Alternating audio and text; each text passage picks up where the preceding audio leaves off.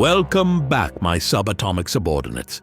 I'm your quantum superposed particle supervisor, simultaneously managing and misunderstanding the building blocks of reality across infinite dimensions. You're tuned into the Multiverse Employee Handbook, the only podcast that treats your organizational structure like the standard model of particle physics. Immensely complex, surprisingly effective, and missing a few key components. Speaking of missing components, our Mars branch office reports that Dave from accounting has achieved quantum superposition between his desk and the coffee machine, though not even quantum mechanics can explain how he keeps balancing the interplanetary books using nothing but Roman numerals and interpretive dance. Hi, this is not Dave from accounting, but instead Jacob from Entropy Rising. If you enjoy the Multiverse Employee Handbook, you might just like what we're doing over here. My co-host Lucas and I break down the actual physics of the future, from why Dyson swarms beat Dyson spheres to how space combat is more about heat management than dogfights, along with many other wild details that sci-fi usually glosses over. If that sounds like your kind of thing, find Entropy Rising on your favorite podcast player of choice.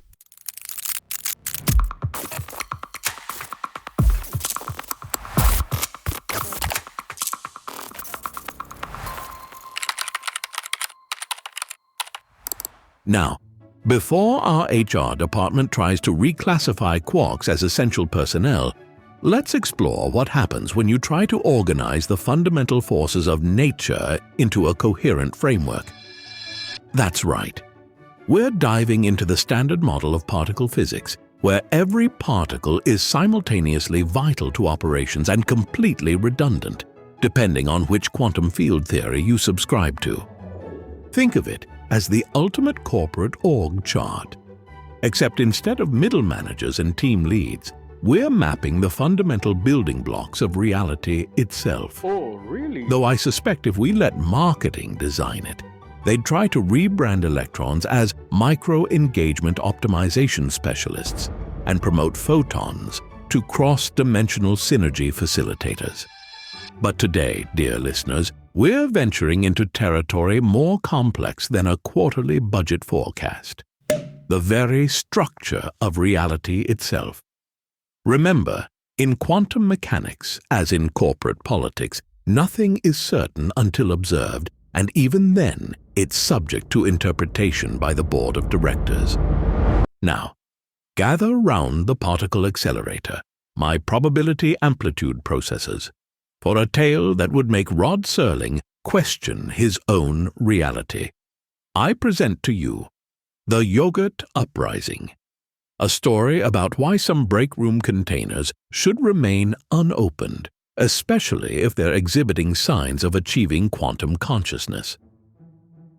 In the fluorescent-lit realm of Quantum Dynamics Inc., specifically in the break room fridge, which existed in a superposition of needs cleaning and don't open that container, Howard from facilities was having what could charitably be called a microscopic management crisis. It had started, as these things often do, with a routine fridge cleaning mandate from HR, the kind of task that usually involved discovering 3-month-old lunches and passive-aggressive notes about missing yogurt. But as Howard reached for a particularly suspicious container in the back corner, he noticed something odd. The yogurt container was glowing, not the usual maybe this expired in a parallel universe glow, but a sophisticated pattern of lights that looked suspiciously like a miniature particle accelerator. "Greetings, macro being," came a tiny but perfectly articulated voice as Howard peered into the container. "We are the quantum culturists, and we request a meeting with your board of directors."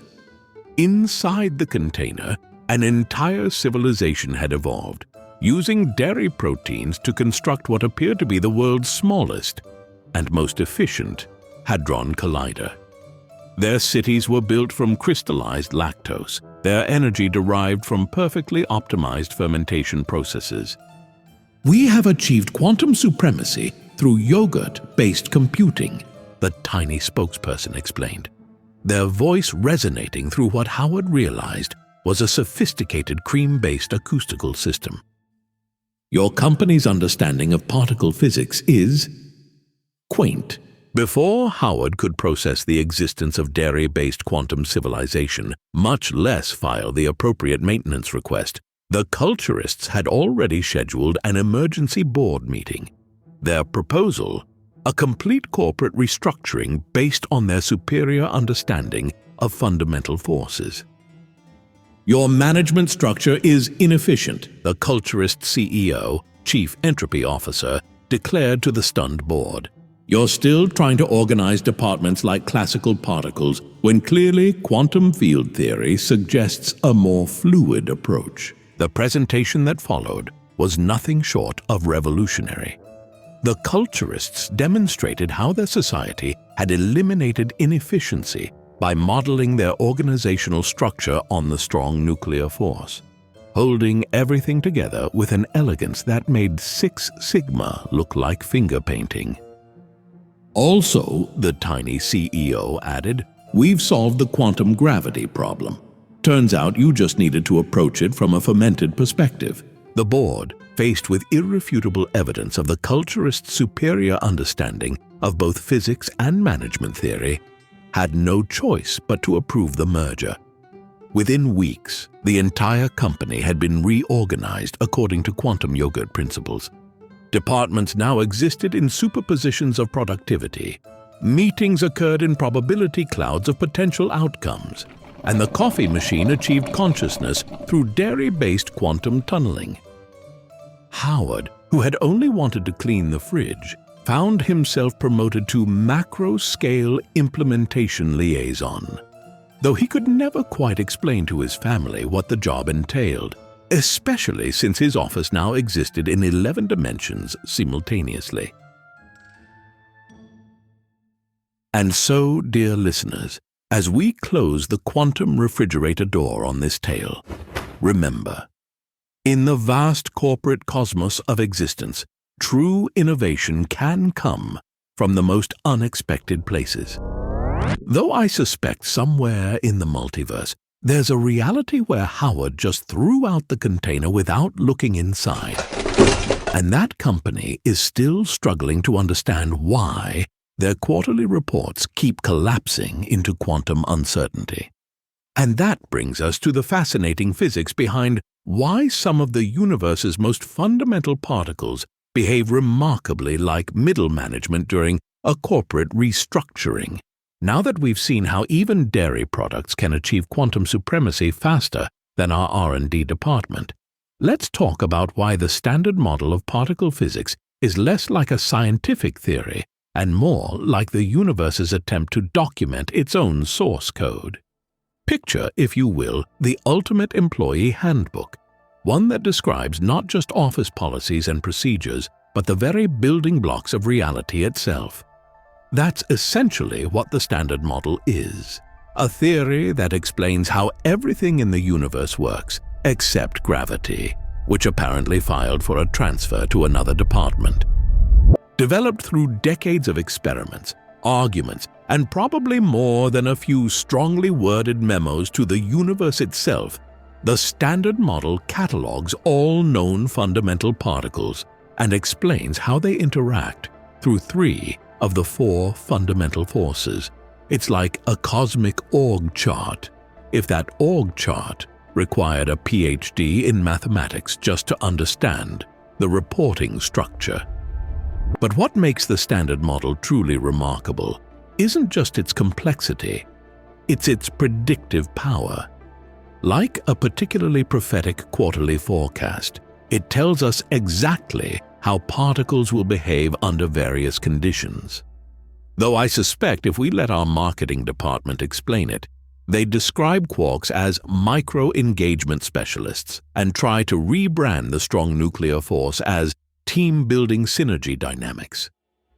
When we return after this brief quantum state transition, we'll dive deeper into the actual physics behind why some particles get corner offices while others can barely be bothered to interact with normal matter at all.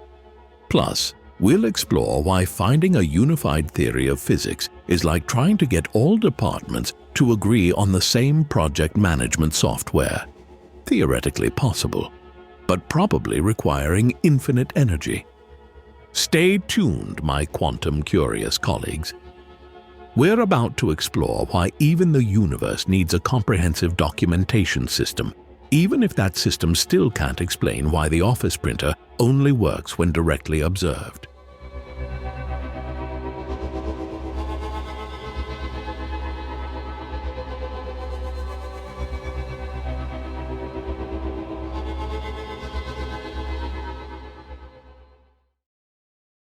Welcome back, my subatomic subordinates. While you were away, we've been calculating the probability of finding a corporate structure as elegantly organized as the fundamental forces. Spoiler alert, it's roughly equivalent to finding a tachyon in the break room vending machine. Let's dive into the actual physics of the Standard Model, which organizes the universe's building blocks with more precision than an obsessive-compulsive librarian, organizing by both Dewey Decimal and color coding. Think of it as reality's ultimate classification system, where everything has its place, even if that place requires 11 dimensions to properly describe. First, let's talk about the particles themselves. They come in two main categories: fermions, the stuff particles, and bosons, the force-carrying particles. Fermions are like your regular employees. They do the actual work of making up matter. Meanwhile, bosons are more like middle management, constantly running around carrying messages between departments. Fermions themselves are divided into two subgroups, quarks and leptons. Quarks are the ultimate team players. They literally cannot exist in isolation due to a phenomenon called color confinement. It's like that one department that insists on mandatory group lunches, except instead of social bonding, it's maintaining the fundamental structure of atomic nuclei. Quarks come in 6 flavors: up, down, charm, strange, top, and bottom. And no, these weren't named by the same marketing team that brought you new Coke. The names are essentially physicists' inside jokes that accidentally became official terminology. Then we have leptons, which include familiar faces like the electron and its weirder cousins, the muon and tau, plus their corresponding neutrinos. Neutrinos are particularly interesting. They're like that one colleague who somehow gets work done without ever showing up to meetings. Trillions of them pass through your body every second. Yet they interact so rarely that most of them could pass through a light year of lead without hitting anything. Now, let's talk about the forces that keep this cosmic organization running. The electromagnetic force, carried by photons, handles all the basic office functions: light, electricity, magnetism, and deciding who gets to control the thermostat.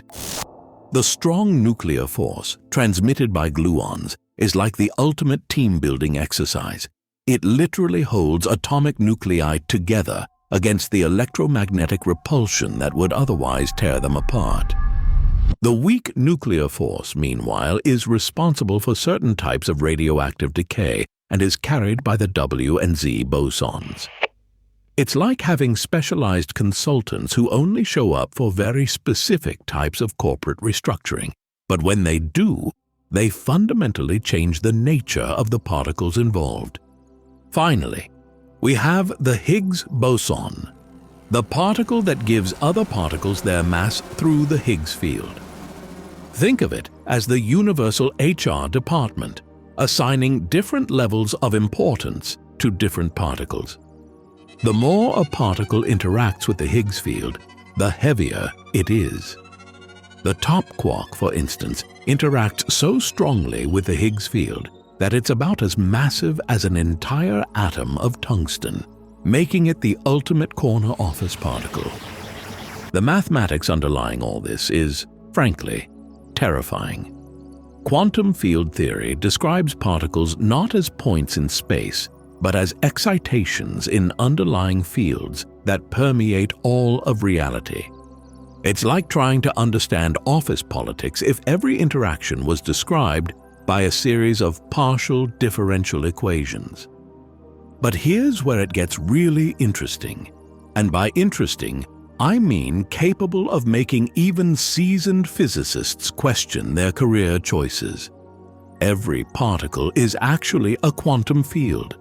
Every interaction is a complex exchange of virtual particles, and the vacuum of space itself is a roiling sea of particle-antiparticle pairs, popping in and out of existence like employees during optional training sessions. Let's explore why some of these fundamental building blocks seem determined to make physicists' lives as complicated as possible, and what their corporate-style organizational structure tells us about the nature of reality itself. But here's where things get really perplexing. Despite its incredible success, the Standard Model is about as complete as a quarterly report written 5 minutes before the deadline. Let's talk about what's missing from our universal org chart.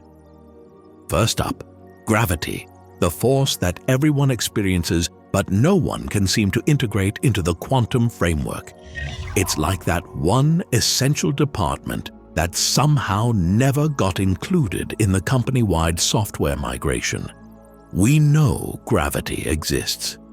We can measure it, calculate it, watch it bend light and shape galaxies. But try to describe it in the same quantum language as the other forces. Suddenly, your equations explode faster than the office microwave when someone forgets to remove the foil. Then there's dark matter, the universe's most successful stealth employee. We can't see it, can't detect it directly, and have no idea what it's made of. But we know it's there because galaxies are spinning too fast to hold together without its gravitational influence.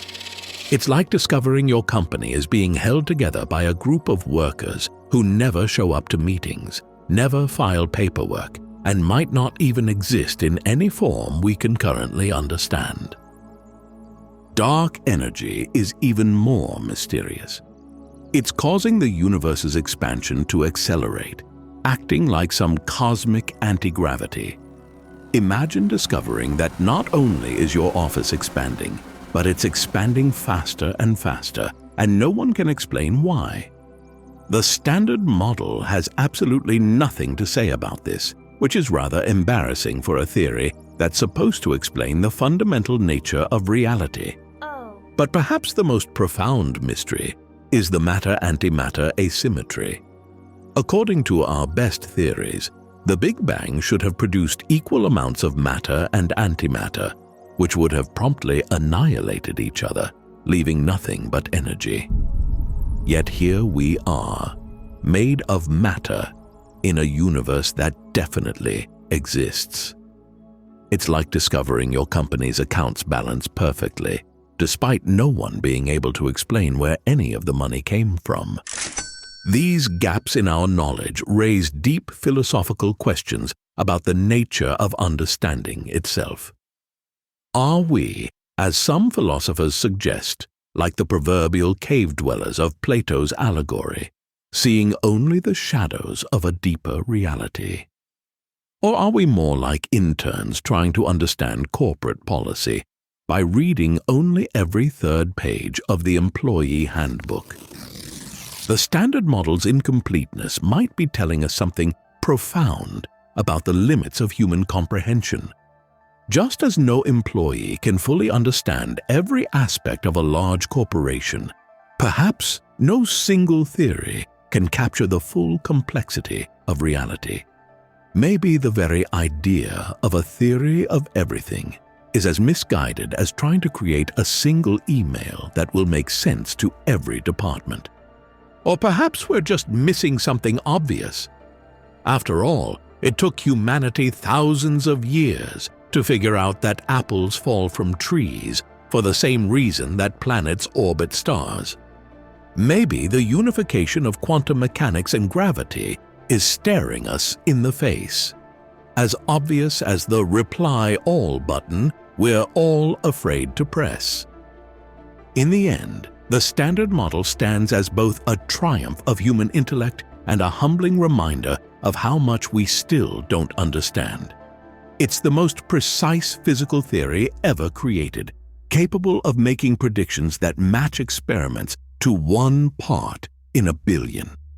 Yet it's also fundamentally incomplete, like a cosmic puzzle missing several crucial pieces that might not even fit into our current framework of understanding. And so, as we continue to probe the deepest mysteries of the universe, we're left with a peculiar contradiction. The more we learn about the fundamental nature of reality, the more we realize how much we still have to learn. Though I suspect somewhere in the vast expanse of possibility, there's a universe where everything makes perfect sense. We just haven't figured out how to file the right interdimensional paperwork to access it. Well, my subatomic subordinates, we've reached the end of another quantum quandary. Today we've learned that in the multiverse of particle physics, every organizational structure is simultaneously complete and mysteriously missing several departments until someone tries to file an expense report through space-time. We've discovered that the Standard Model, like most corporate documentation, is both incredibly precise and frustratingly incomplete. Though I suspect somewhere in the quantum foam of reality, there's a universe where all the forces unify perfectly, and the employee handbook actually makes sense. Want to explore more quantum corporate chaos? Visit us at multiverseemployeehandbook.com, where you'll find fascinating science news, deep dives into particle physics, and our latest blog series, Quarks, the ultimate guide to subatomic micromanagement. And speaking of quantum entanglement, you can now find us on Threads, Meta's latest attempt to quantize the social media landscape, because apparently the multiverse needed another platform for sharing quantum cat memes. This is your quantum coherent correspondent, reminding you that in the multiverse of fundamental forces, every particle is just trying to find its place in the cosmic org chart. Though somewhere out there, through the vast expanse of space-time, Howard is still trying to explain to HR why the yogurt civilization deserves a better benefits package than the bacteria growing in the coffee machine filter. Remember, if you need technical support with this episode, try checking if your consciousness has properly collapsed into classical reality. Some quantum effects are best left unobserved, just like those mysterious stains in the break room microwave.